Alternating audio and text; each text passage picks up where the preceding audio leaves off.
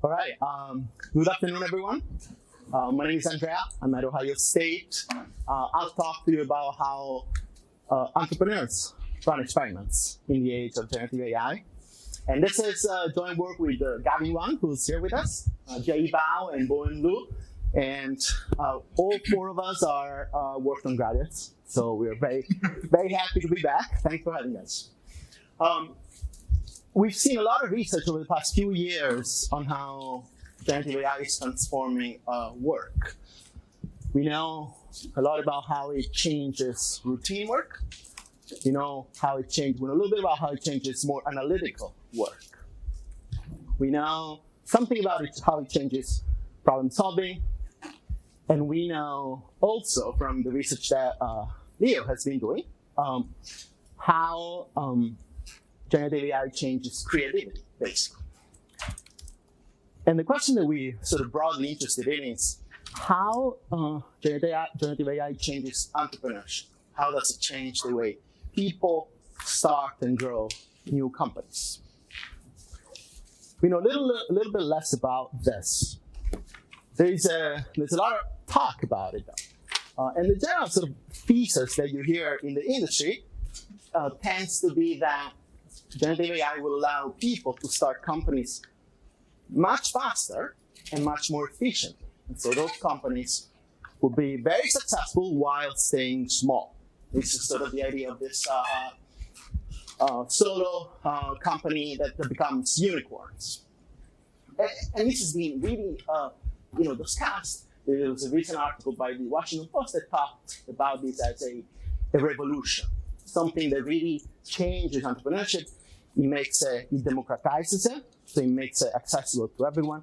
So this is all very exciting. And so we wanted to kind of think about this, and the approach that we took in thinking about this broad question comes back to sort of what we think is one of the core foundation of entrepreneurship, which is sort of this idea of running experiments. A lot of this comes from the lean startup, which is a very common framework that a lot of you, I'm sure, are familiar with.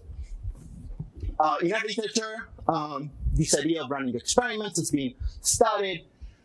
Maybe the first paper that really talked about this is Murray and Chipsas, and they basically write an entrepreneur identifies a problem or decision to be made, builds a hypothesis, takes action to test the hypothesis through investment and prototype development, and then evaluates the results. This is sort of the way we think about this. And so when you actually look at the practice, there's two common types of experiments that entrepreneurs run all the time. One is prototyping, building a very early version of a product, bringing it out to the market to get feedback. And the other one is A/B testing. Once the product is a little more mature, you can start testing certain features of it in large samples. We won't get into the details of this stuff, but you can imagine that these two types of experiments are especially effective at different stages of the life cycle of a company. So these are the two, let's say, common formats of experimentation that we're going to focus on. And so what we try to answer in this paper is how the emergence of generative AI changes the way entrepreneurs use these tools. And we have these sort of two ideas. One is what we call the productivity hypothesis. This is very much based on what Andrew Ng, one of the pioneers of AI, has been talking about. He writes, he says, in terms of building prototypes, you're easily 10 times faster, right? So this is very interesting. This is the idea that if you're trying to build a product and you can leverage generative AI, you can prototype a lot quicker. You can build this product very, very quickly, bring it to the market, get feedback, and iterate much quicker than you could do before. And what that means, sort of a little more theoretical, is that reduces the cost of running an experiment. And then there's this sort of idea that we would call the substitution hypothesis. Interestingly, this comes from these folks. These are people that run Y Combinator, one of the most successful accelerators around the world, which is actually based not far from here. And Jeff Friedman writes, startup advice is outdated. Before Gen AI, you needed to sell before you built. And this is actually, the lean startup type of vibe. In this new AI era, the right mental model is figure out what's possible. You don't really need to worry about the market. You don't need to worry about feedback. You can actually do a lot of stuff just using the technology.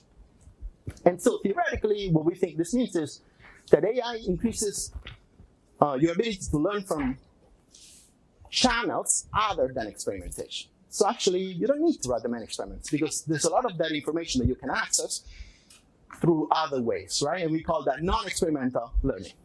So just, we have a slightly more sophisticated theory in mind, but broadly speaking, generative AI affects these two channels, which then affect whether companies will rely more or less on experimentation, and obviously that affects performance at the end. We won't have time to go into the very details of this. Let's get to the data. So, not surprisingly, we're going to use the launch of ChatGPT as a shock. Everybody agrees, I believe, that was quite sudden, quite unexpected, right? Nobody, except the very people working in OpenAI, expected that this thing would have this sort of impact. In fact, not even them, arguably. Since it was November 2022. And now the challenge with using it is that this is a shock that affects everyone. And so we have to find a way to measure, to build a measure of exposure, right? There was a very interesting paper earlier that talked about this Gen AI readiness. This is sort of the same concept that we're getting to. We're trying to measure which startups were more ready to adopt and integrate this technology usefully. And the way we approximate that for now is basically looking at founding teams. We look at the founding teams of these companies, and if they have a primarily technical founding team, we argue that those are more ready to adopt Gen AI. And we're obviously very happy to get feedback on that. That's the key assumption. We measure experimentation from Revelio Labs. We basically look at all of these companies, and we look at all of the jobs that these companies had over the time period that we focus on. These jobs, it's a relatively large number of positions I'll show in a second. And what we try to do, we essentially do a keyword search, and we try to see if the descriptions of these jobs suggest that these jobs are associated to prototyping, which we call experimentation 1, or A/B testing, which we call experimentation 2. We have about 15,000 companies. We essentially look at companies founded in the 3 years before the launch of ChatGPT, so 2020 to 2022. We do a fair amount of work in selecting the companies, merging Crunchbase and Revelio Labs. Happy to talk about the bits offline. We end up being able to identify about 60% of what we think is the population. So pretty, we thought it was pretty good. And we built this per month panel for 5 years. These are some descriptive statistics that obviously I won't spend too much time on, but this ends up being quite a large sample, about a little more than 500,000 observations. About 60% of these companies are treated. They have high readiness for adopting AI, according to our, based on our assumptions. And then we measure experimentation 1 and 2 in terms of log number of positions related to these two types of experiments. And then we measure the ratio. How many positions relative to your overall team are related to experimentation 1 or experimentation 2. Then we measure obviously size and age. I'll show you some raw data trends very briefly, but can I know how much time I have? You have 6 more minutes for presentation and 5 minutes for Q&A. Okay. So these are just some broad data. Okay. These are for a little cohort analysis. The companies born in 2020, 2021, and 2022. And you can see in the raw data, these differences are not very big. First of all, at this point, we're showing you all the companies together without this differentiated treatment and control. But you can see that the red line is experimentation 2 and the blue line is experimentation 1. And I think one thing that's interesting to see is that really sort of, as predicted by the theory, you would think that these positions grow initially and then flatten. And that's because these sort of positions are very useful at the early stage of a company, when the company is trying to figure out what industry people call product market fit, right? They're trying to really identify the right market for their product. Once they've done that, then they have to worry about other things like scaling, like growing. And so, of course, they need other kinds of positions. And so these trends make a lot of sense to us. Now, if we go look at treatment and control, the darker line is treatment, and the lighter line is control. Well, you see some differences in these data. These differences are not huge. Again, these are just raw data, okay? So just pure measurement. But I mean, if you look at this in sort of more detail, you can see that there are some changes. And I'll show you those changes more clearly in a regression framework, which is this. So the way we do this, we run a very standard difference in differences. One shock, November 2022. Treated group is technical founders, sort of primarily technical founding team companies. Control group is the other companies. We've done this a number of different ways, but here we show you the regression with firm fixed effects, age fixed effects, and time fixed effects. But about 500,000 observations. There is a small fraction, something like less than 10% of the companies where we can't get founding team data because they're not available on Great Value Labs, but obviously that's a small fraction. It shouldn't change the story. So what do we find?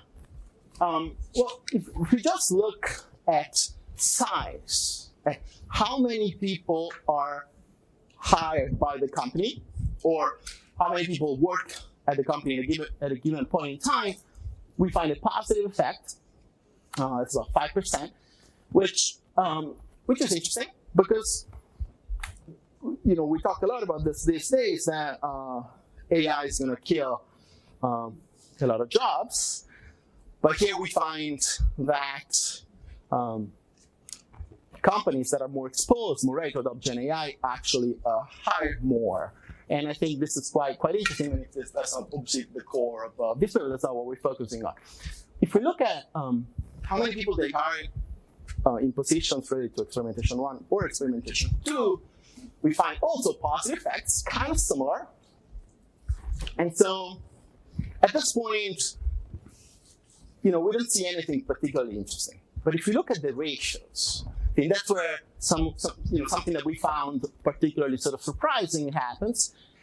So if you look at the ratio of Experimentation 1 and the ratio of Experimentation 2 positions, we find that when it comes to Experimentation 2, there's really no change. So what this says is that, well, companies seem to still need A/B testing, even post Gen AI. There is no substitution there. When it comes to prototyping, you see a negative effect. And that coefficient might seem small, but it's about 10% of the mean. So it's actually not that small. And what this means, the way we look at this, is that there's a couple of things that might be happening here. A, prototyping is no longer that useful. And so we don't need to really hire the people that do that sort of work because, again, there's a lot of other stuff that we can learn from Gen AI without doing that. Or sort of more kind of in the spirit of maybe Andrew Ng, you can say, well, we still need to do a lot of it, but it's a lot easier to do that. And that's a clarification question. What's the ratio experiment 1? What's the denominator? So the denominator is all the people who work at that company at the given time. So basically, number of people who have jobs related to Experimentation 1 divided by all people. Does that clarify? That's good. So this is sort of what we find. So this is sort of this negative effect that we find here.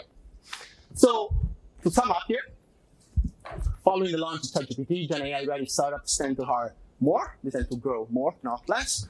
But most importantly, most interesting to us, they tend to hire relatively less people that do prototyping. And so this type of experimentation seems to either decrease or become more efficient, more productive. What are we doing next? Well, we're working to refine the readiness measure. And the way we're trying to do this is LinkedIn/Great Value Labs offer a very detailed account of the skills that the people have. And so we're trying to use that to really be more careful in understanding which companies are more Gen AI ready. Then we're looking at measuring experimentation a number of other ways. Obviously, built with is a common source a lot of people use. We can use social media, so we're working on that.